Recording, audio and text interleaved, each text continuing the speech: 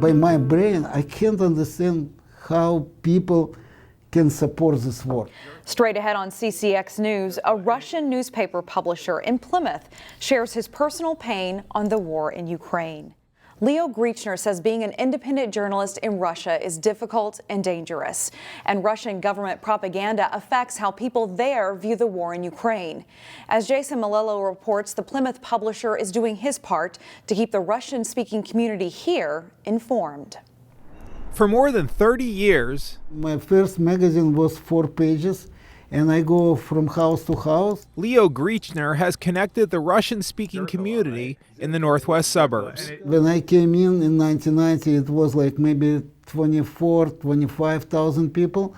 Now we have 56,000. Griechner produces a magazine, a newspaper, and a Russian-language directory, but the war in Ukraine is changing the content of his publications. This month we will do our newspaper, our media will be dedicated to this war. The war hits home for Griechner when he connects with his friends in Ukraine. He was walking and say, Leo, how you can help me? I don't know what's it. And in this time, it was bump, and he was shaking. And also brings up painful family memories. Many relatives, they were killed by fascists in World War II. Griechner's father fought in World War II and lost many relatives in the infamous Nazi massacre at Baba Yar near Kyiv. My father, he's still alive. He's 97 years old.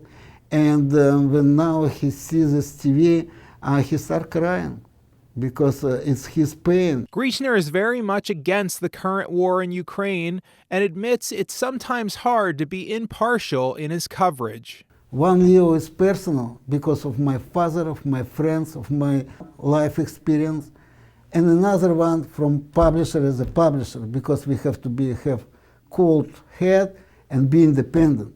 Griechner doesn't pass judgment on people who support Russia. I don't want to make with my publication any hates. He's just dedicated to doing his part to bring peace. I will put all my newspaper to declare to please let's together stop war. In Plymouth, Jason Malillo, CCX News. The Robbinsdale School District says it is disappointed but not surprised by the outcome of an investigation by New Prague schools into alleged racist taunts directed at the Cooper girls basketball team. Cooper players and coaches say New Prague fans were making loud monkey noises directed at their team at a February game. Such behavior has been used in America's racist past to deride African American athletes, but an investigation could not substantiate the allegations. Regardless of the findings, Robbinsdale School says it stands by the account given by its students and staff, and the district says it will not compete in any athletic events against New Prague in the foreseeable future. Plans are moving forward for a microbrewery on Central Avenue in Osseo. The City Council approved site and building plans for their property next to Dean's on Central Avenue. The owners of the neighboring building, Union Speed and Style, are expanding, and they hope to attract a microbrewery as a tenant.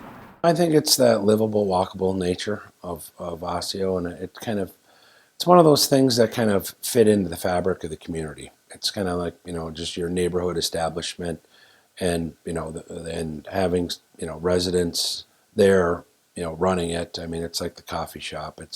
We just don't have any chains. Plans include adding a third level to the building and allowing for more seating in a covered patio area.